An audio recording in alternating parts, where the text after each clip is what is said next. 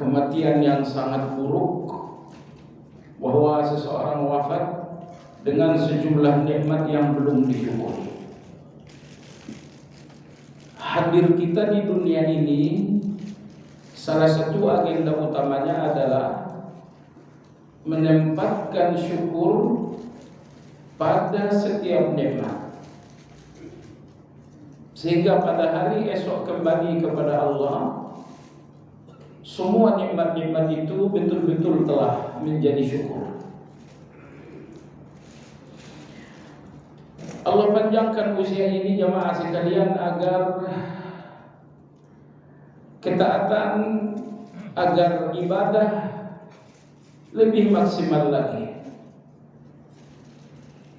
Kita tidak hadir di atas kehidupan ini untuk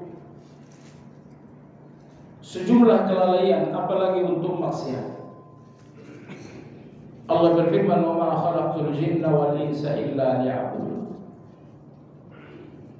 Aku tidak menciptakan jin dan manusia melainkan agar semuanya beribadah kepada Allah. Ayat ini satu penegasan dari Allah bahwa tidak ada tujuan hidup selain ibadah. Tentu Allah tidak bermaksud agar Anda salat dari bangun tidur sampai Anda tidur kembali. Allah juga tidak bermaksud agar Anda bertilawah dari bangun sampai tidur kembali. Bukan itu maksud Allah.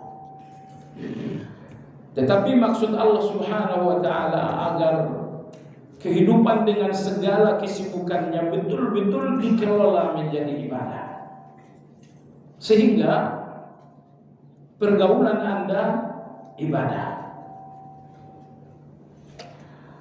perdagangan dan bisnis Anda menjadi ibadah, jabatan Anda menjadi ibadah, cinta dan benci Anda menjadi ibadah. Bahkan apapun yang nampak dan terdengar menjadi ibadah. Jadi totalitas hidup kita betul-betul terkelola dengan baik sehingga semuanya menjadi ibadah. Sebagian orang bergaul hanya untuk mendapatkan hawa nafsu. Sebagian orang berdagang hanya untuk melampiaskan keserakahan. Pergaulan dan perdagangan seperti itu akan menjadi sampah,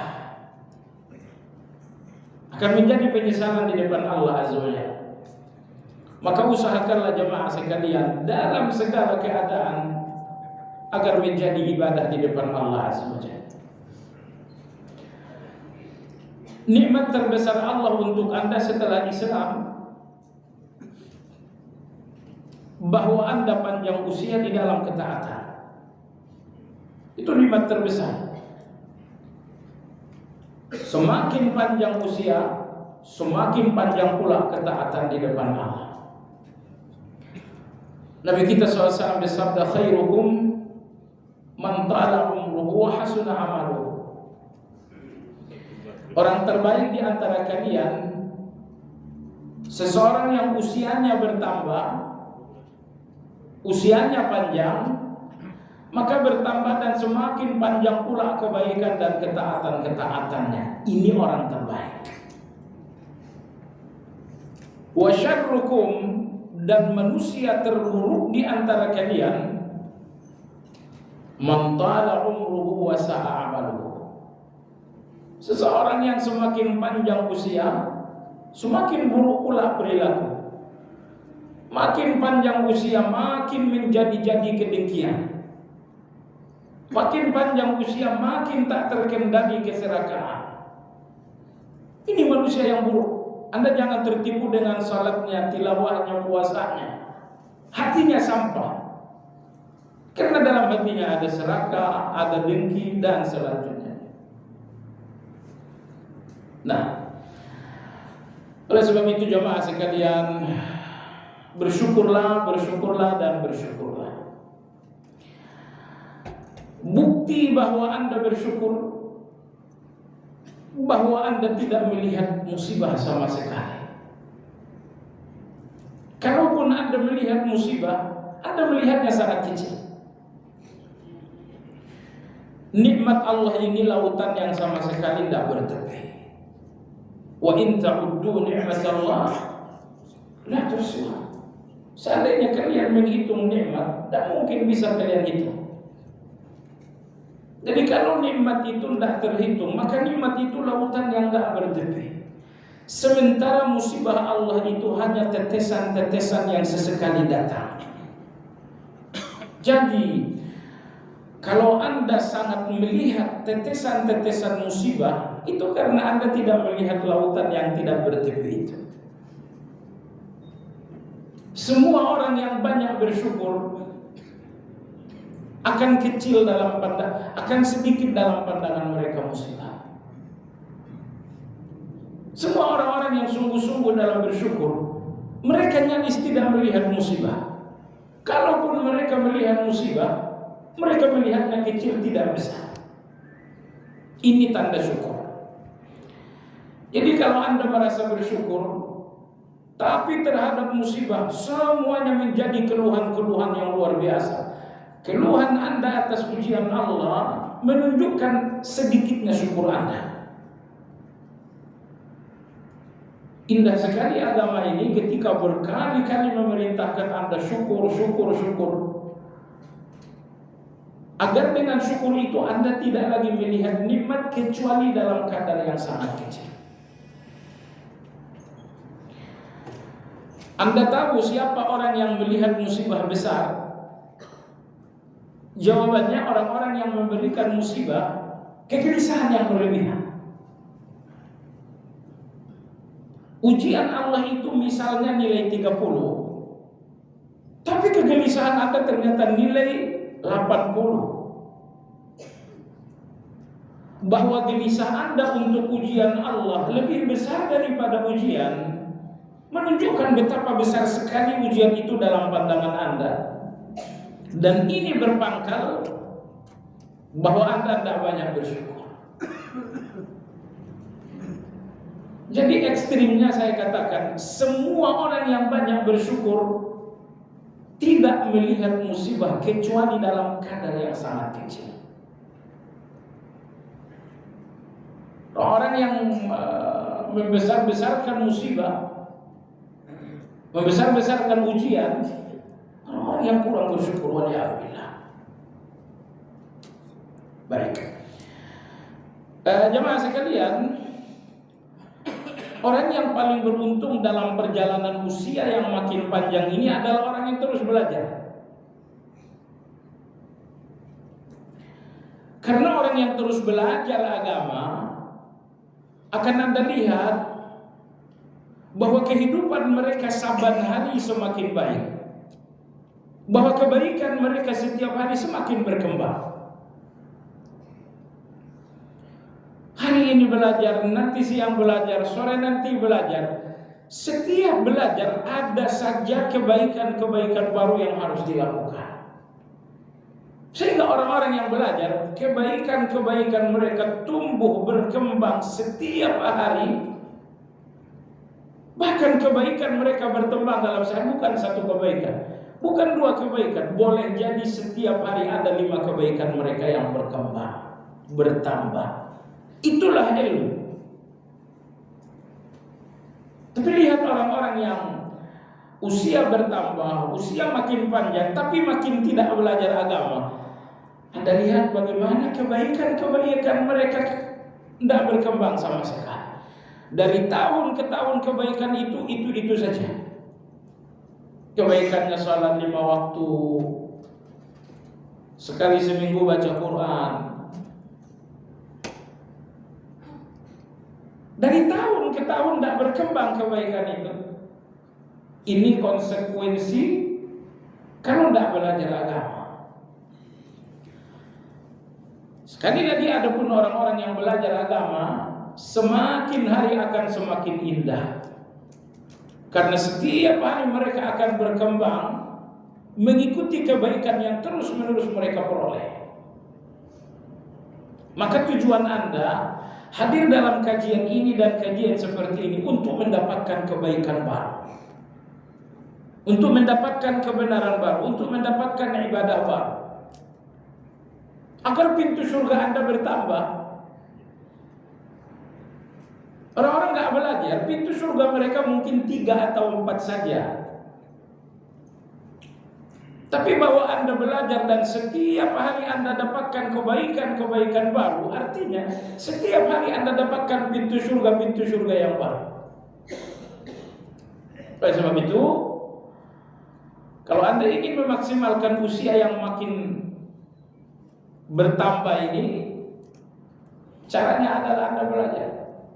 Agar ibadah yang Anda bisa lebih maksimal, agar ibadah yang belum ada bisa bertambah. Baik.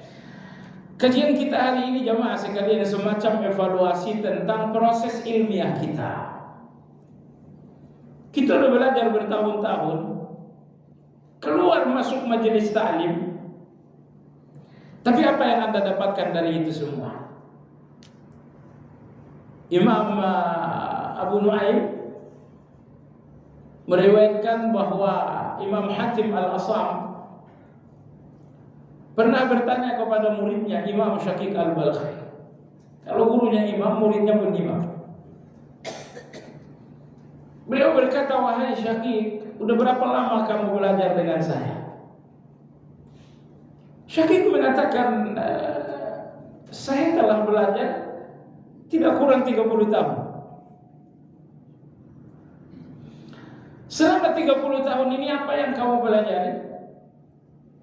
Beliau mengatakan, "Selama 30 tahun aku mempelajari 8 hal."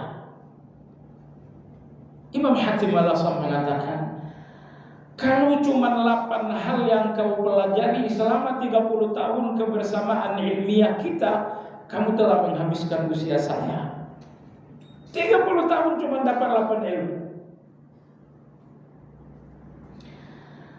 Tetapi jamaah sekalian, akhirnya Imam Hatim mengatakan, "Coba kau sebutkan apa saja ke-8 hal tersebut." Lalu disebutkan beliau 1, 2, 3, 4, 5 sampai 8. Akhirnya Imam Hatim mengatakan, 8 ilmu yang kau pelajari memang itulah total isi Al-Quran, bahkan itulah yang terkandung di semua kitab suci terdahulu. Nah, saya tidak sebutkan lagi satu persatu. Kita hari ini akan menjabarkan dalam rangka mengevaluasi proses ilmiah kita, proses belajar kita akan mengkaji secara cepat, secara bypass buku kecil ini. Ini ditulis oleh Imam Ibnu Rajab Al-Hambali. Beliau wafat pada tahun 795 Hijriah.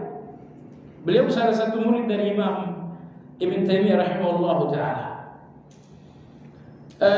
Dalam buku ini berjudul Fadlul Ilmi Salafi Anil Khalaf.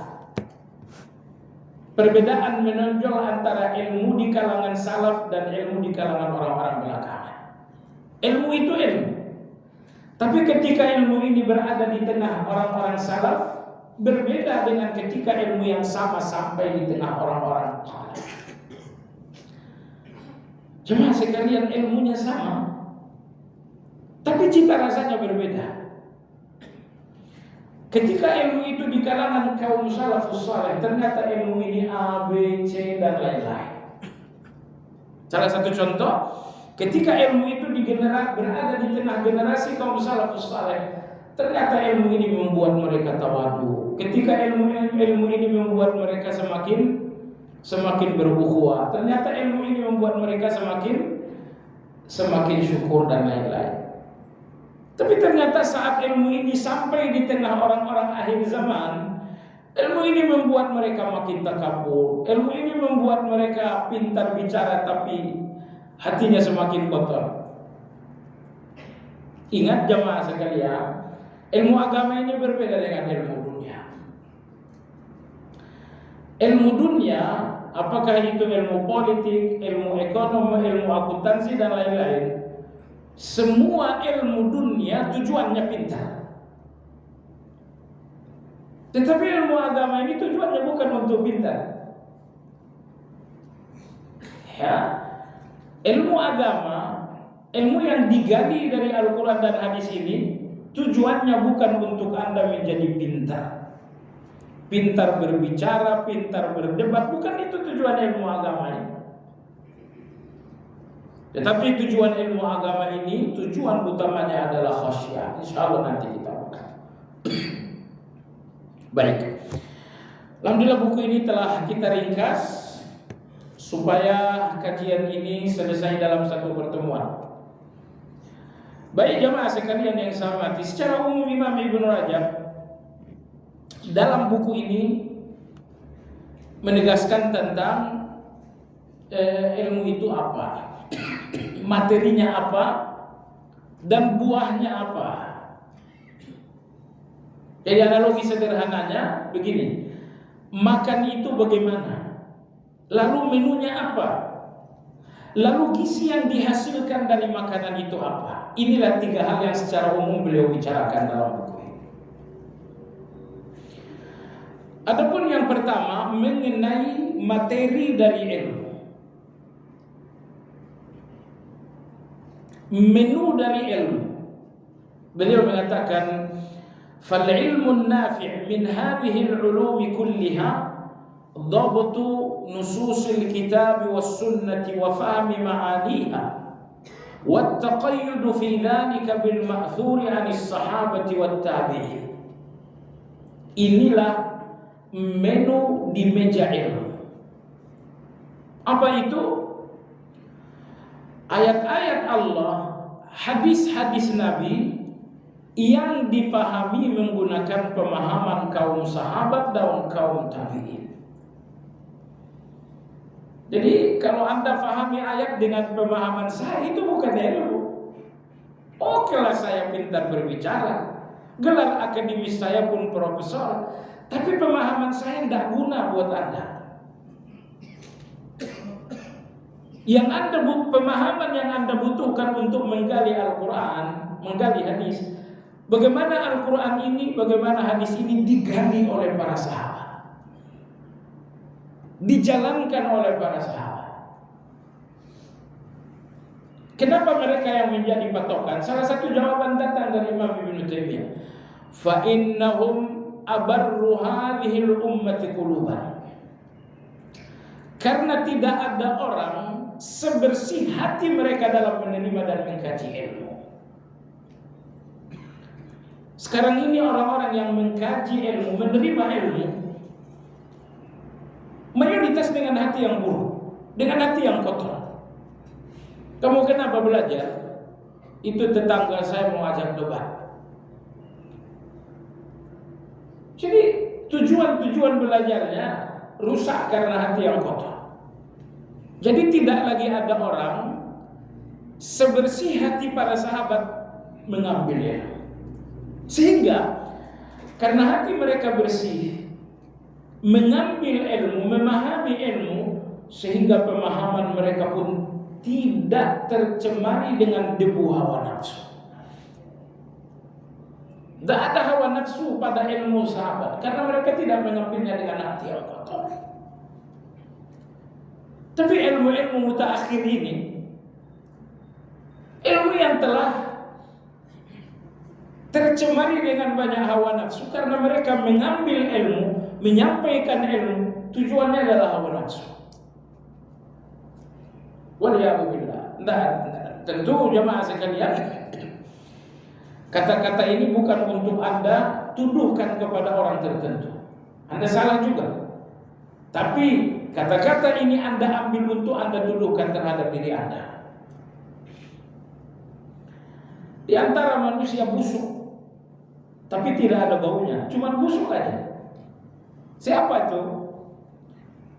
Orang yang sangat sibuk dengan orang lain sehingga nggak sempat belajar tentang diri sendiri.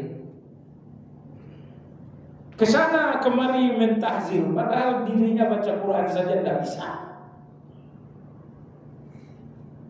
Jadi orang-orang yang panjang lisan berkomentar tentang orang lain, Ini disebabkan karena dia tidak mengenal diri.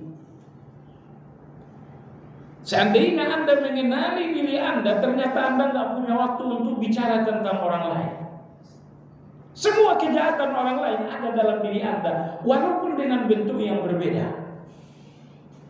Orang lain selingkuh, itu kejahatan orang lain. Anda memang tidak selingkuh, tapi miripannya ada dalam diri Anda. Miripannya apa? Anda suka dengan foto-foto yang nggak benar. Itu kan mirip itu. Jadi terkadang kalau Anda merenung, semua kejahatan orang lain yang terdengar oleh telinga Anda atau terlihat oleh mata Anda, semua kejahatan itu sesungguhnya kejahatan yang ada dalam diri Anda. Allah nasihatkan Anda dengan menampakkannya melalui orang lain. Anda lihat orang lain yang sombong, Allah nampakkan kepada Anda orang yang sombong. Sesungguhnya Allah sedang menasihati Anda dengan apa yang Anda lihat. Wah, Anda juga sebenarnya orang sombong. Baiklah jemaah sekalian, jadi materi ilmu adalah Al-Quran dan hadis, dan menggalinya menggunakan pemahaman kaum salaf, dalam hal ini sahabat dan tabi'in. Kenapa pemahaman mereka yang menjadi acuan kita dalam memahami Al-Quran dan hadis? Karena mereka lah orang terbersih hatinya mendalami Al-Quran. Mereka adalah orang yang terbersih hatinya dalam memahami hadis. Di samping guru mereka memahami Al-Quran dan hadis adalah Rasulullah SAW. Jadi semua yang Anda dengar tidak dari Al-Quran, tidak dari hadis, dan bukan ucapan orang terdahulu, itu bukan ilmu. Camkan itu baik-baik. Anda dengarkan kata-kata saya misalnya, sibuklah Anda mencatat. Tapi kalau kata-kata saya itu bukan Al-Quran, bukan penjabaran ucapan kaum salafus saleh, itu bukan ilmu. Ilmu itu sudah diborong orang-orang terdahulu, sehingga nyaris tidak tersisa lagi untuk orang-orang belakangan. Orang-orang dahulu lah yang sesungguhnya dinamakan orang berilmu. Baik, inilah menu dari ilmu tersebut. Kemudian Imam Ibnu Rajab Al-Hambali rahimahullah ta'ala mengatakan bahwa tujuan Anda dengan ilmu tersebut, Al-Quran, hadis, setiap ayat Anda gali dengan pemahaman kaum salafus saleh. Misalnya, ayat ini apa ucapan Ibnu Abbas? Ayat ini apa ucapan Ibnu Mas'ud? Ayat ini apa ucapan Aisyah radhiyallahu anha? Itu tugas Anda dalam belajar. Hadis ini diucapkan Nabi dalam konteks apa di kalangan sahabat? Lalu bagaimana sahabat menyikapinya? Baik. Kata Imam Ibnu Rajab Al-Hambali, tujuan utama Anda dengan Al-Quran dan hadis adalah untuk mengambil dua pemahaman. Sekarang Anda udah tahu menunya, Anda udah tahu materinya, Al-Quran, hadis, tetapi gali dengan pemahaman kaum salafus saleh, karena tidak ada pemahaman sebersih pemahaman mereka. Pemahaman orang sekarang bercampur hawa nafsu. Nah, lalu tujuan Anda dengan menu Al-Quran, dengan Al-Quran dan hadis ini dua ilmu. Ilmu yang pertama adalah ma'rifatullah wa ma yastahiquhu minal asma'i was sifatil ula wal af'al al-bahirah. Tujuan Anda mendalami Quran dan hadis pertama agar Anda mengenal Allah, agar Anda mengenal sifat Allah, agar Anda mengenal perbuatan Allah. Jemaah sekalian, alhamdulillah, nikmat terbesar untuk Anda bahwa Tuhan Anda adalah Allah. Semua keyakinan kita tentang Allah menghasilkan keberanian. Dan orang-orang kafir keyakinan mereka tentang Tuhan mereka demi Allah gak akan membuat mereka semakin berani. Penjabarannya begini. Anda yakinkah Allah itu Ar-Razzaq? Kalau Anda yakin berarti di depan Anda gak ada ketakutan gimana kalau tak makan.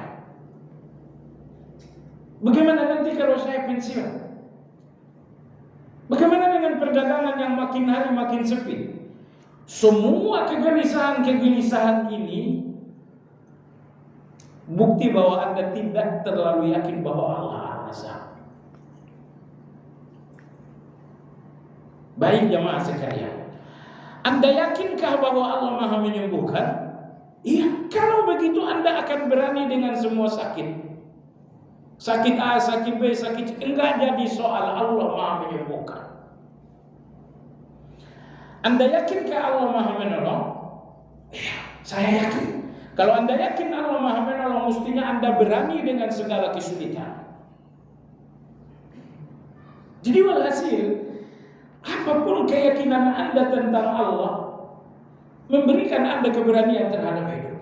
Masalahnya hidup ini, sejak Anda lahir sampai Anda meninggal, semuanya perjalanan dari satu ujian menuju ujian kedua, ketiga, dan ujian itu nggak ada selesainya. Kalau ujian ini nggak ada selesainya, maka orang yang akan menikmati hidup adalah orang yang berani. Adapun orang-orang yang takut, khawatir, uang mereka banyak tapi mereka nggak akan menikmati hidup. Jabatan mereka tinggi tapi mereka nggak akan bahagia dalam hidup. Karena ingat, uang dan jabatan itu nggak memberikan Anda bahagia. Makanya lihat orang yang banyak uang, hatinya penuh dengan kecemasan.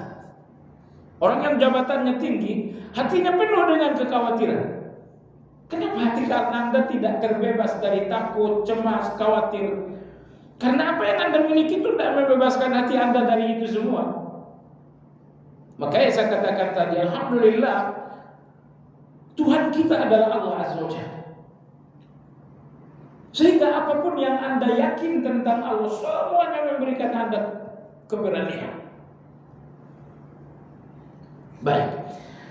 Masalahnya adalah bagaimana agar nama dan sifat Allah yang Anda tahu artinya kemudian menjadi keyakinan. Karena tidak semua apa yang Anda tahu lalu jadi keyakinan. Anda tahu Allah Ar-Razzaq, tapi kan nyatanya Anda tidak terlalu yakin. Anda tahu Allah Azza wa Jalla Asy-Syafi Maha menyembuhkan. Anda tahu, tapi Anda kan nggak terlalu yakin.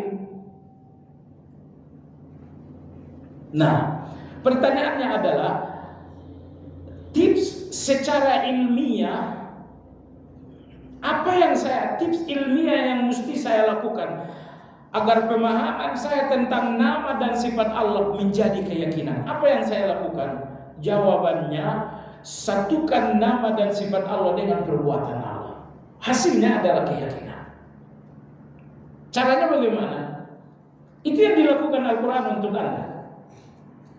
Caranya bagaimana? Caranya adalah ketika Allah Subhanahu wa taala mengatakan innallaha huwar razzaq, sesungguhnya Allah Ar-Razzaq.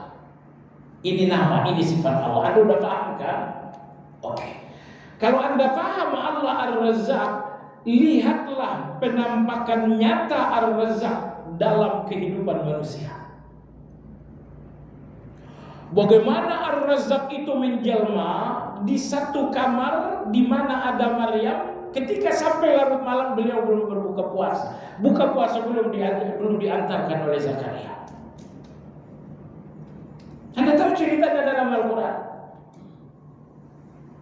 Bahwa Maryam radhiyallahu anha berpuasa dan beliau tinggal di sebuah mihrab. Malam telah larut, buka puasa, lupa diantarkan oleh sang paman Zakaria alaihissalam. Bagaimana Ar-Razzaq mengambil alih situasi tersebut? Ternyata kemudian Allah berikan makanan ajaib. Tengah malam Zakaria sadar, oh ponakanku Maryam belum diantarkan makanan. Akhirnya bersegera berkemaslah Zakaria mengantarkan makanan untuk Maryam. Tetapi ketika Zakaria sampai di kamar tersebut, alangkah kaget luar biasa. Apa yang dia temukan? Kullama dakhala 'alaiha Zakaria al-mihrab wajada 'indaha rizqa. Qala anna laki hadha? Qalat huwa min 'indillah. Inna Allah yarzuqu man yasha' bighairi hisab. Begitu sampai di kamar, makanan-makanan ajaib. Ini kok buah-buahan ini tidak ada di tempat kita, dari mana datangnya? Ini kue-kue ini tidak bikinan di sini, dari mana datangnya? Maryam mengatakan, huwa min indillah, ini semuanya Allah yang ngasih. Inna Allah yarzuqu man yasha' bighairi hisab. Allah memberikan rezeki kepada orang yang Ia kehendaki bighairi hisab, tanpa terduga-duga dan tiada batas sama sekali. Jadi ketika Allah Ar-Razzaq, lihatlah penjelmaan Ar-Razzaq ini di kamar Maryam.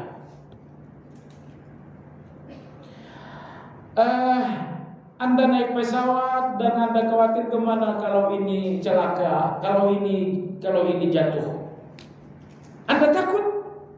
Tidakkah Anda yakin bahwa Allah As-Salam, bahwa Allah Maha memberi keselamatan?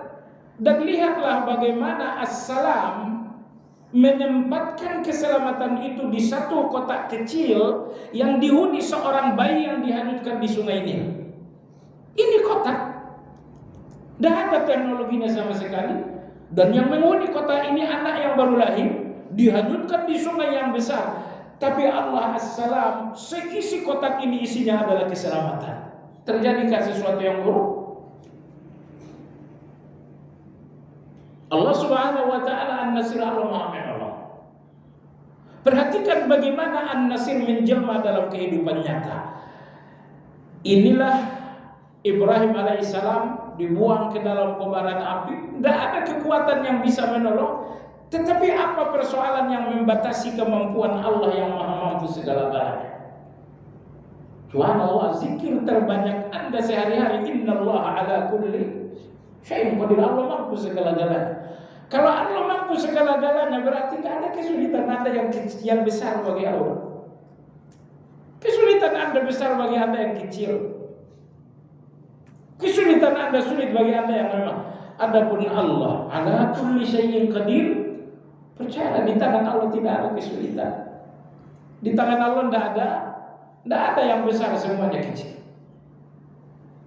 Jadi jemaah sekalian, nama-nama dan sifat Allah yang Anda pahami sebelum Anda hubungkan dengan kehidupan nyata, Anda tidak akan sampai pada keyakinan. Allah Asy-Syafi', iya.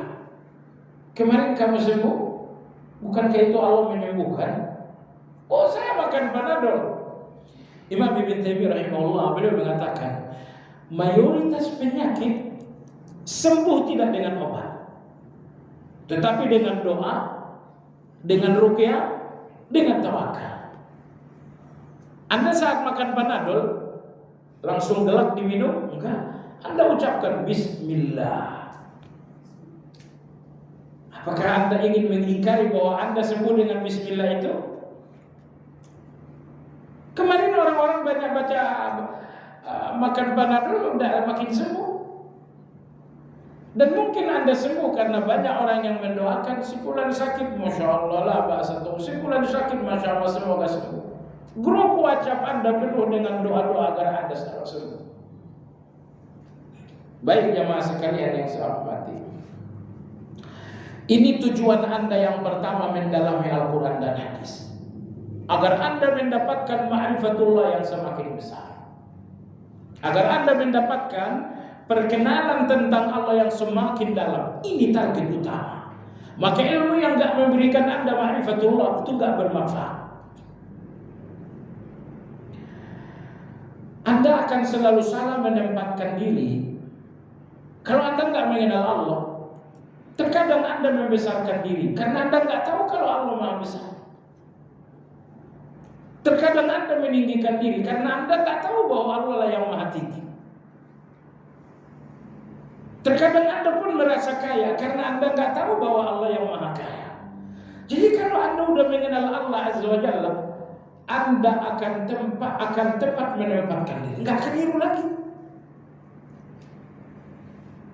Baik jamaah sekalian yang saya hormati. Maka Imam Ibnu Rajab Al-Hambali rahimahullah beliau mengatakan, target utama kita mendalami ilmu Al-Quran dan hadis tadi untuk mendapatkan ma'rifatullah yang sangat besar. Baik jamaah sekalian yang saya hormati. Mengenal Allah ini jamaah sekalian, mengenal Allah ini keindahan yang sangat luar biasa. Orang-orang yang bicara bahagia tapi mereka tidak mengenal Allah Azza wa Jalla, mereka tidak tahu bahagia. Ingat, semua bahagia di dunia ini bercampur dengan kegelisahan. Dan semua kegelisahan di dunia ini pun bercampur dengan kebahagiaan. Oke. Ibu Anda, orang tua Anda, kebahagiaan bukan? Tapi kan akhirnya Anda akan berpisah. Lihat bagaimana kebahagiaan itu ternyata bercampur dengan kegelisahan. Istri Anda, suami Anda, kebahagiaan Anda bukan? Iya. Tapi bagaimanapun suatu saat Anda akan berpisah. Begitupun kegelisahan. Semua kegelisahan di dunia ini bercampur dengan kebahagiaan. Anda gelisah dengan musibah, iya. Tapi besok akan ada hikmah. Jadi oleh sebab itu, karena semua kebahagiaan bercampur dengan kegelisahan, jangan berikan kebahagiaan itu gembira yang berlebihan. Gembira yang berlebihan untuk satu kebahagiaan, penyebab nanti kegelisahan akan menjadi stressing berat Anda.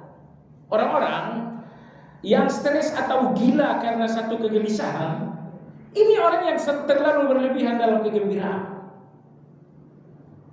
Makanya saya katakan tadi, semua kebahagiaan yang diberikan oleh dunia bercampur dengan kegelisahan. Maka jangan berikan kebahagiaan dunia itu gembira yang berlebihan, supaya saatnya nanti gelisah Anda pun tidak gelisah berlebihan. Sebaliknya juga begitu. Apabila hari ini dunia menyeret Anda kepada satu kegelisahan, ketahuilah kegelisahan dunia ini ujungnya adalah kebahagiaan, karena Allah akan memberikan hikmah. Maka jangan berikan kegelisahan Anda sedih yang berlebihan, karena dia akan berakhir dengan kebahagiaan. Subhanallahil azim. Saya telah menjalani hidup lebih 40 tahun. Saya bicara dengan banyak orang jamaah sekalian.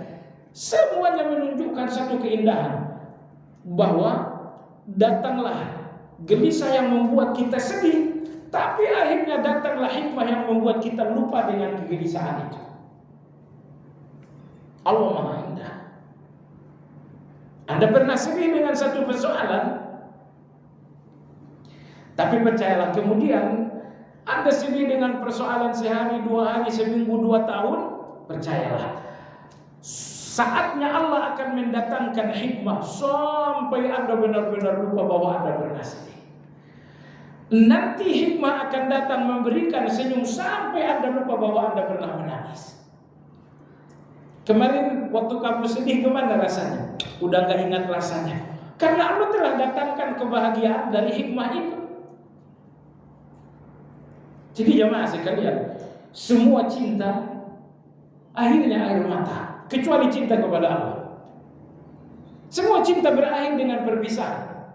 Dan perpisahan itu air mata dan kegelisahan.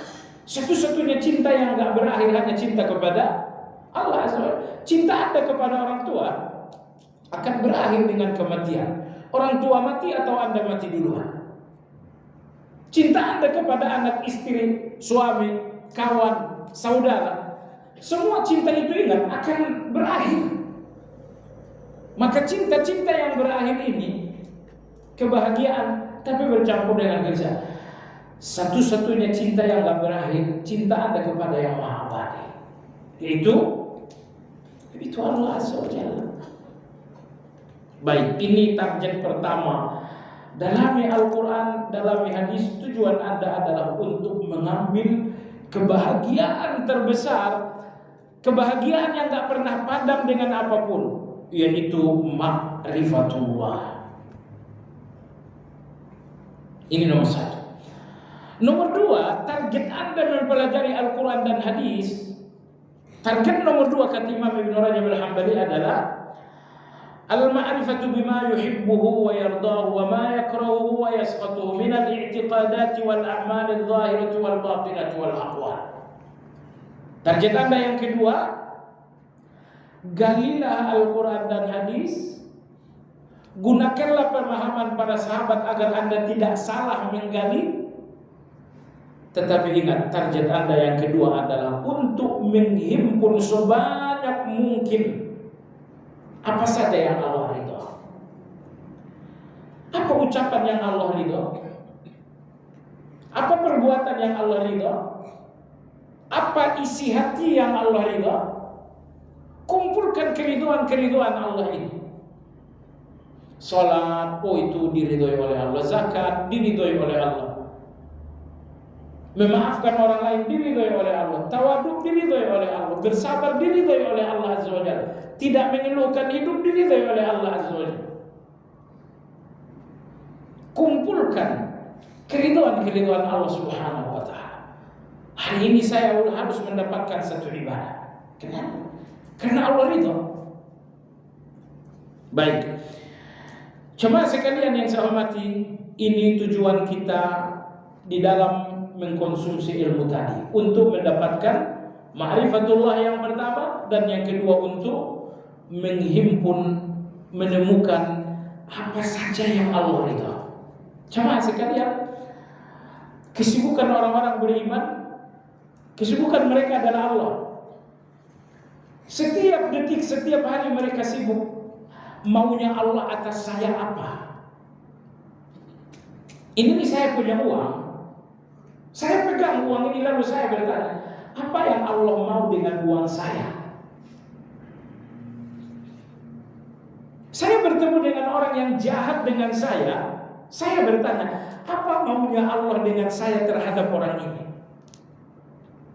Orang-orang yang beriman, kesibukan mereka adalah mereka sibuk bertanya, apa maunya Allah atas diri saya?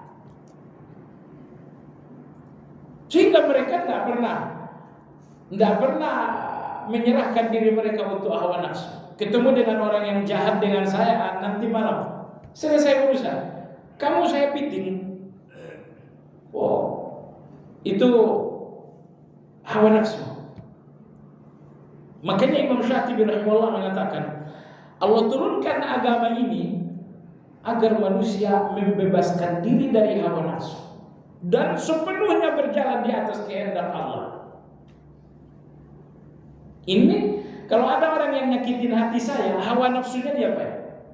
Diinjak. Udah puas diinjak, laporin ke pengadilan. Itu hawa nafsunya. Cuman kalau standarnya maunya Allah apa? Terkait orang, maunya Allah saya maafin, ya sudah. Makanya sekali lagi kata Imam Syatibi dalam kitab Al-Muwafaqat, Allah turunkan agama ini agar semua orang melepaskan diri dari hawa nafsu dengan agama. Hawa nafsu saya terkait dengan syahwat lawan jenis, selingkuh dengan sebanyak mungkin perempuan, hawa nafsu. Tetapi datanglah agama agar hawa nafsu itu bisa saya lawan.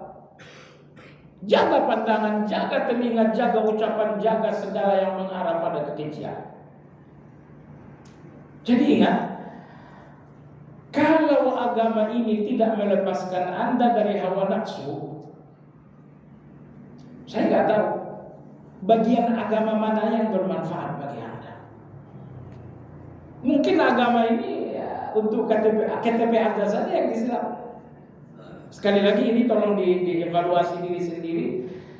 Kalau agama ini tidak melepaskan Anda dari hawa nafsu, apa gunanya agama ini buat Anda?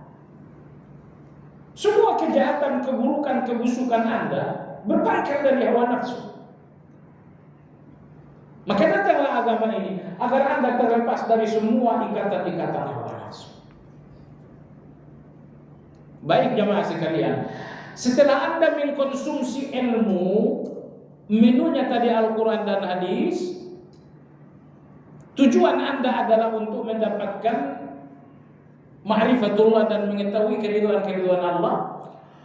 Maka gizi pertama, vitamin pertama Anda dapatkan dari ilmu tadi adalah khasyatullah, rasa takut kepada Allah saja.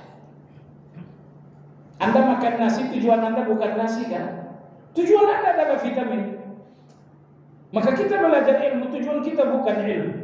Tujuannya adalah hasil dari ilmu. Maka hasil pertama dari ilmu, vitamin pertama bagi Anda yang telah mengkonsumsi ilmu, vitamin pertama Anda dapatkan khasyatullah, rasa takut kepada Allah Azza wa Jalla. Rasa takut kepada Allah. Setidaknya jamaah sekalian, 3 hal di mana Anda takut kepada Allah Azza wa Jalla. Yang pertama, karena keagungan Allah. Keagungan Allah membuat Anda takut kepada Allah Azza wa Jalla. Maksudnya apa? Tidak ada wewenang atas diri Anda semutlak wewenang Allah. Semua wewenang atas diri Anda batal begitu datang wewenang Allah Azza wa Jalla. Anda seorang istri, suami punya wewenang atas diri Anda. Tapi apabila wewenang suami Anda bertepatan dengan wewenang Allah, wewenang suami itu hilang. Anda seorang anak, orang tua punya wewenang atas diri Anda. Apabila bersamaan dengan wewenang orang tua datang wewenang Allah, wewenang orang tua tadi tidak berlaku. Maka Allah mengatakan, akulah al-malik, akulah penguasa, malik yaumiddin. Buktinya aku penguasa, tidak ada wewenang di atas wewenangku. Semua wewenang batal dengan wewenangku.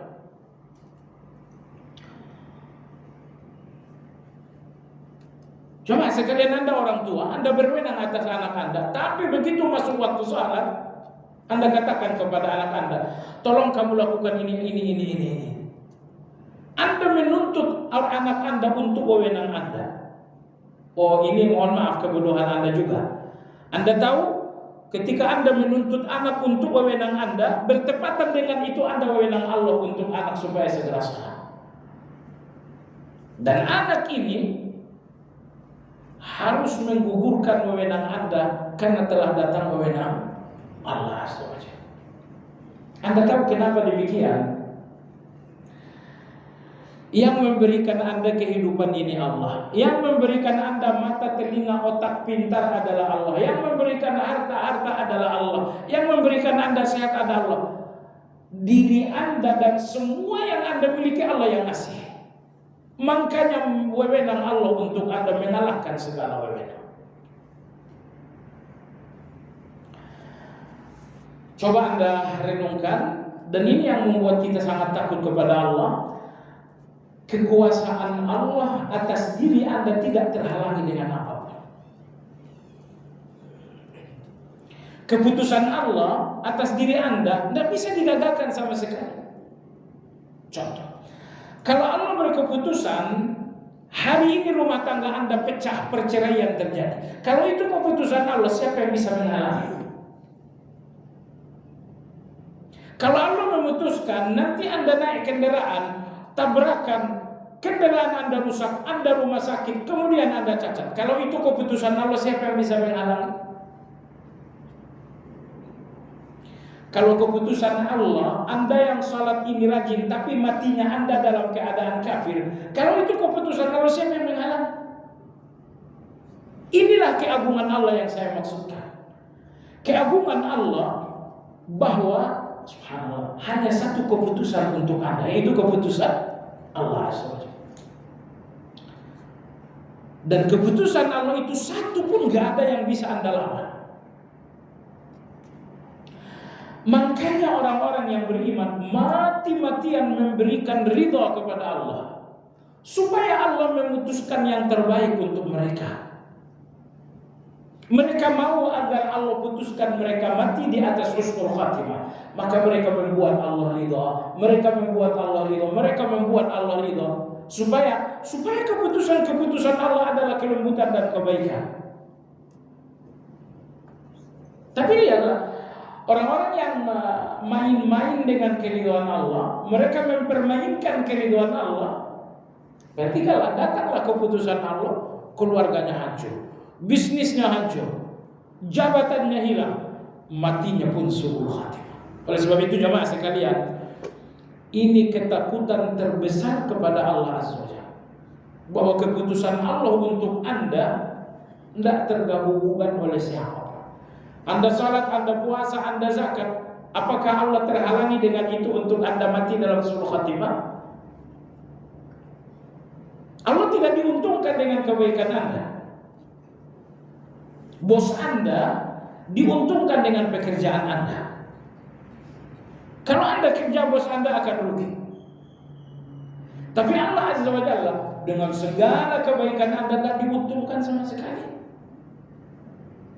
Maka jemaah sekalian, takut nomor satu kepada Allah adalah takut terhadap keagungan Allah, takut terhadap kekuasaan Allah, dengan pengertian takut bahwa keputusan Allah atas saya tidak bisa diganggu-gugat sama sekali.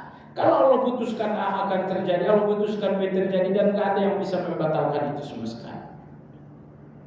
Itulah takut kita nomor satu kepada Allah.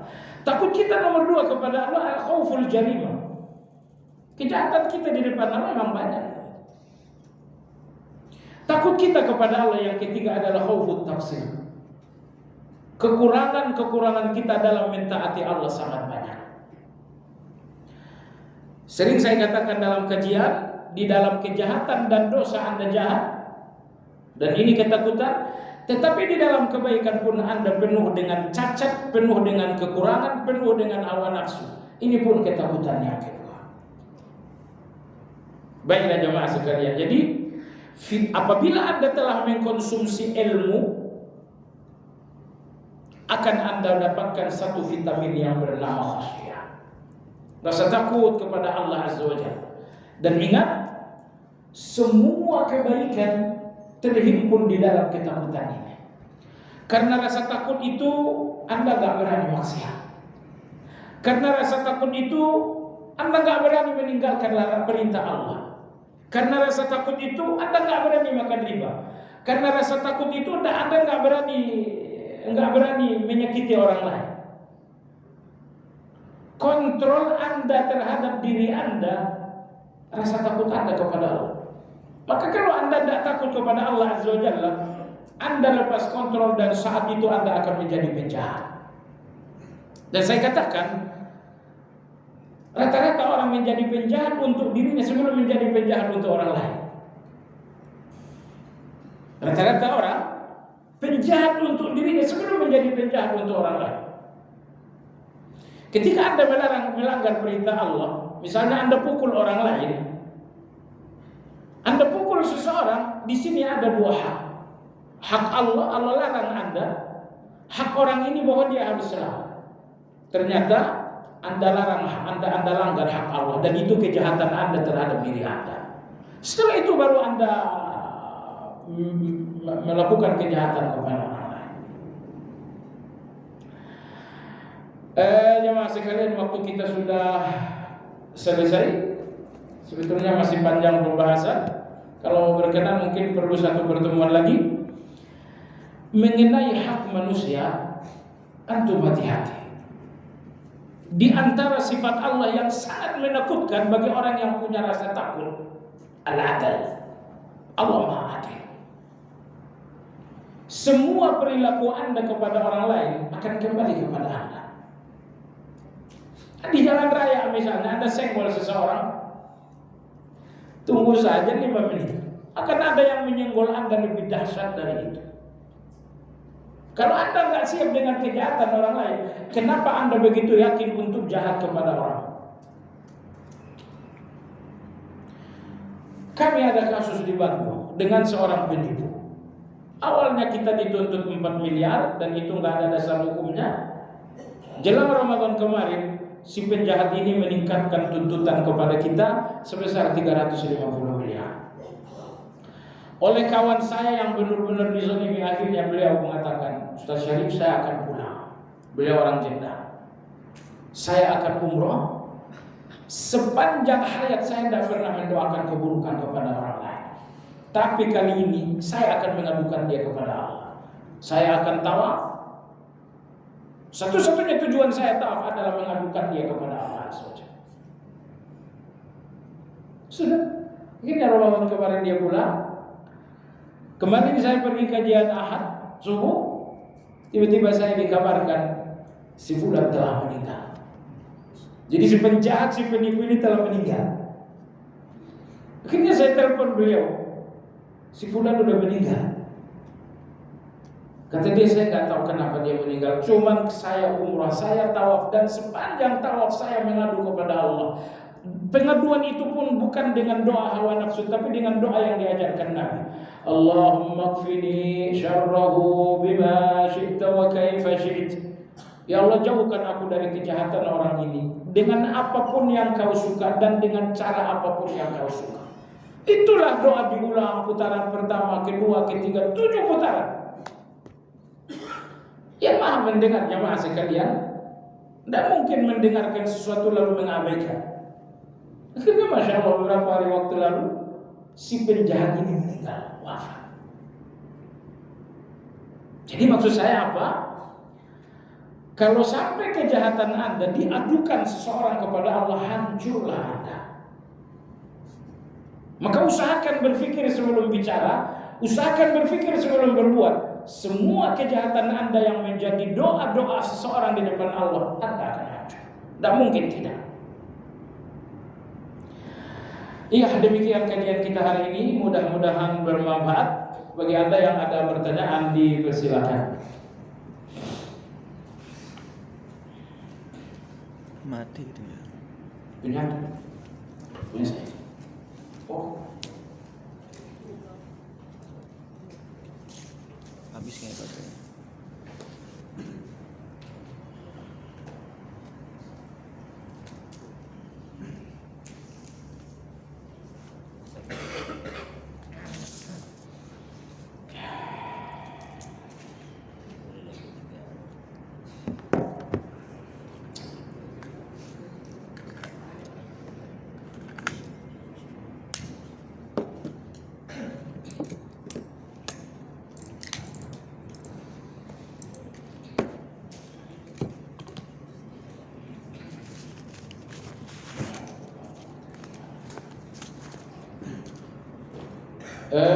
Salah satu mendapatkan hikmah adalah dari memperoleh masalah. Bagaimana menyiapkan diri kita agar selalu siap membuat spiritual dalam menghadapi masalah.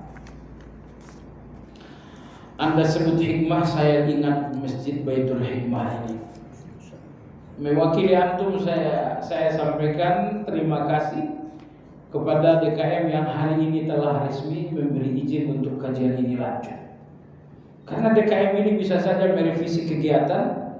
Oh, ini Ustaz Syarif udah kelamaan di sini, perlu direvisi. Itu hak mereka. Tapi alhamdulillah jemaah sekalian, DKM ini memberi kita pintu untuk masuk kembali dalam kajian ini. Semoga Allah membalas mereka. Mewakili antum kita ucapkan terima kasih kepada mereka. Baik. Ini bagaimana Anda berkelahi dengan hati yang gelisah berlebihan, hati yang sedih berlebihan dengan ujian Allah Azza wa Jalla. Itu musuh Anda. Sekali lagi, gelisah berlebihan Anda adalah musuh Anda. Tugas Anda adalah berkelahi dengan hati yang seperti itu sampai Anda menang, dan kemenangan Anda adalah bahwa Anda melihat hikmah. Jemaah sekalian, saya sering katakan, nggak ada lagi yang lebih indah di atas dunia ini lebih dari Allah.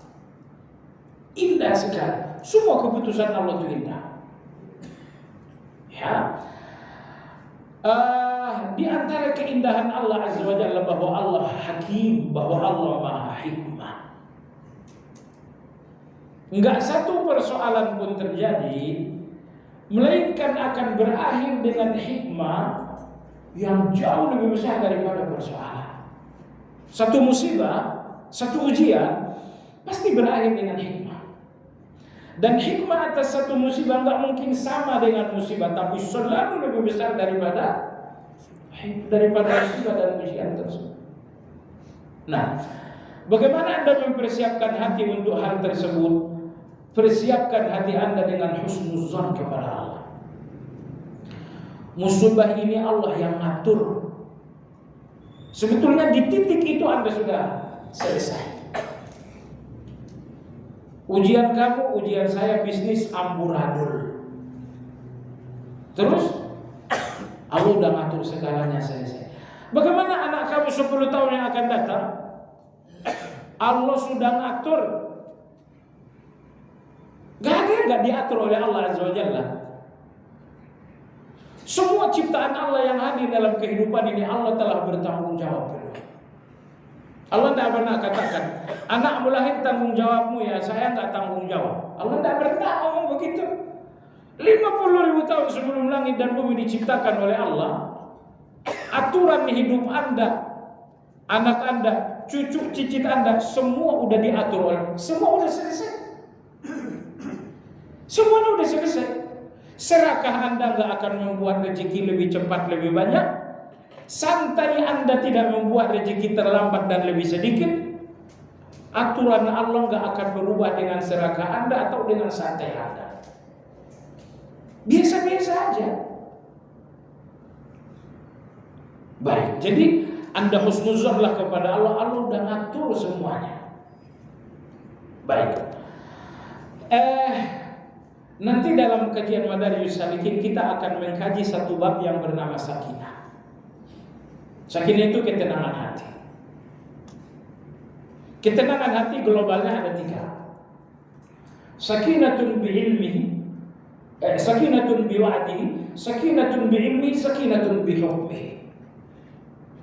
Ini 3. Sakinah yang pertama, saya tenang dengan persoalan karena ada janji-janji Allah. Janji Allah, kalau saya sabar Allah bersama saya. Janji Allah, kalau saya sabar Allah berikan saya cinta. Janji Allah akan memberikan saya jalan keluar. Janji Allah dosa saya hapus. Janji Allah derajat saya naik. Di dalam semua persoalan Anda, kesulitan, musibah, ujian Anda, di dalamnya ada janji Allah. Bukan satu janji, puluhan janji Allah dalam satu ujian. Seandainya Anda selalu sadar, oh ada janji Allah untuk saya, dan janji Allah itu adanya dalam ujian, ini ketenangan Anda yang pertama. Saya akan dapatkan janji Allah beberapa saat lagi. Ketenangan Anda yang kedua, sakinatun bi'ilmihi. Persoalan, ujian Anda ini diputuskan oleh Allah dengan ilmunya, sehingga ini gak mungkin salah. Ini gak mungkin salah. Sakinah yang ketiga, begitu Anda dalam ujian, nomor 3, sakinatun bihukmi. Ini keputusan Allah. Kalau ini keputusan manusia saya sakit, tapi ini keputusan Allah, keputusan yang gak mungkin salah, keputusan yang penuh dengan rahmat dan hikmah. Baik. Seberapa besar batasan suara baca Quran dan ibadah-ibadah lain dapat mengganggu salat? Ya, sepanjang tidak mengganggu orang lain. Sepanjang tidak mengganggu orang lain. Baca Quran tapi jangan sampai mengganggu orang lain. Untuk mencapai tingkatan ma'rifatullah, apakah harus memahami 99 dan nama sifat Allah? Apakah cukup dengan sifat 20? Dengan 99 nama saja Anda gak akan tuntas mengenal Allah, apalagi dengan 20. Jadi sifat 20 itu tinggal ditambah saja. Jangan bilang sifat Allah 20 gak lebih. Salah itu. Sifat Allah 20 plus. Plusnya berapa? Plusnya Allah yang Maha tahu. Ingat, Allah itu tidak terbatasi termasuk dengan angka-angka. Kalau Allah membatasi sifat 20, kecil sekali Allah. Atau Anda membatasi nama Allah 99, sepanjang ada angka yang membatasi, berarti Allah itu kecil.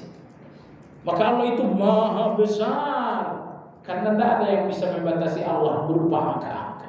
Allah maha luas, karena tidak ada yang membatasi Allah. Jadi dengan demikian, sifat 20 jangan batasi hanya 20, maka tingkatkan. Tambahkan 21, 22, 23 sampai 99 sampai lebih. Baik. Apa tanda-tanda orang yang sudah ma'rifatullah? Orang yang sudah ma'rifatullah yakin kepada Allah. Orang yang sudah mengenal Allah, maka mereka yakin kepada Allah Azza wa Jalla. Dan orang yang yakin dengan Allah, saya sudah katakan tadi, orang yang sudah yakin Mereka nggak melihat dalam hidup ini ada persoalan, nggak ada ujian, ada musibah. Musibah bagi Anda, bagi ma'rifatullah bukan. Musibah bagi Anda, bagi orang yang ma'rifatullah bukan. Kata mereka ini hikmah. Saya babak belur ditipu orang lain. Ini bagi Anda sendiri hidup, bagi mereka ini adalah hikmah. Sudut pandang orang yang mengenal Allah sangat berbeda dengan sudut pandang orang yang tidak mengenal Allah. Saya melihat Allah Maha Besar. Iya, presiden itu kecil. Saya melihat Allah Maha Besar, kekayaan itu kecil. Saya melihat Allah besar, persoalan saya kecil. Saya lihat kebesaran Allah, maka saya tidak melihat lagi ada besar selain besarnya Allah. Jadi kalau Anda masih melihat banyak besar di samping besarnya Allah, semua besar di depan mata ini yang membuat Anda sedih. Itu yang membuat Anda lemah. Anda lihat besarnya presiden, itu membuat Anda lemah. Anda lihat besarnya ujian Anda, itu membuat Anda gelisah. Tapi kalau Anda melihat ini persoalan kamu, oh itu kecil. Persoalan yang kecil enggak membuat Anda gelisah. Orang yang Anda lihat kecil enggak membuat Anda takut. Makanya persepsi yang setiap hari diluruskan melalui zikir, melalui adalah kemahabesaran Allah. Allahu Akbar, Allahu Akbar. Azan. Allahu Akbar dalam intiqal salat. Allahu Akbar dalam zikir. Kenapa Allahu Akbar ini terus menerus zikir? Persepsi Anda tentang besar enggak boleh rusak. Begitu Anda besarkan dunia, begitu Anda besarkan jabatan, begitu Anda besarkan uang, begitu Anda besarkan harta, di titik itu Anda akan rusak. Anda akan menjadi budak di depan yang besar. Anda besarkan uang, Anda akan jadi budak bagi uang. Anda besarkan jabatan, Anda akan menjadi budak bagi jabatan. Tapi kalau Anda hanya membesarkan Allah, maka Anda hanya budak di depan Allah. Di depan selain Allah, di depan harta, di depan jabatan, di depan pangkat, Anda akan menjadi orang merdeka, bukan budak lagi. Baik jemaah sekalian, pertanyaan berikutnya. Seorang hakim yang hendak memutuskan satu perkara, terpaksa dia memihak kepada pihak yang salah dikarenakan dia takut dengan intimidasi yang mengancam keselamatannya. Akibat hal itu maka banyak orang yang merasa dirugikan. Apakah hal itu dibolehkan? Tidak boleh. Tidak boleh. La darara wa la dirar. Ya, nggak boleh membahayakan orang, dan saya nggak boleh membalas bahaya dengan bahaya. Darurat saya nggak boleh dihilangkan dengan darurat orang lain. Penjahat datang ke saya, kamu saya bunuh. Kecuali kalau mau bunuh pula. Bolehkah saya lepaskan diri saya dari pembunuhan tapi saya membunuh pula? Tidak boleh. Ini hakim seperti ini hakim yang salah. Hakim yang zalim. Hakim yang tidak seharusnya hakim. Kita tidak sebut nama supaya semua hakim masuk.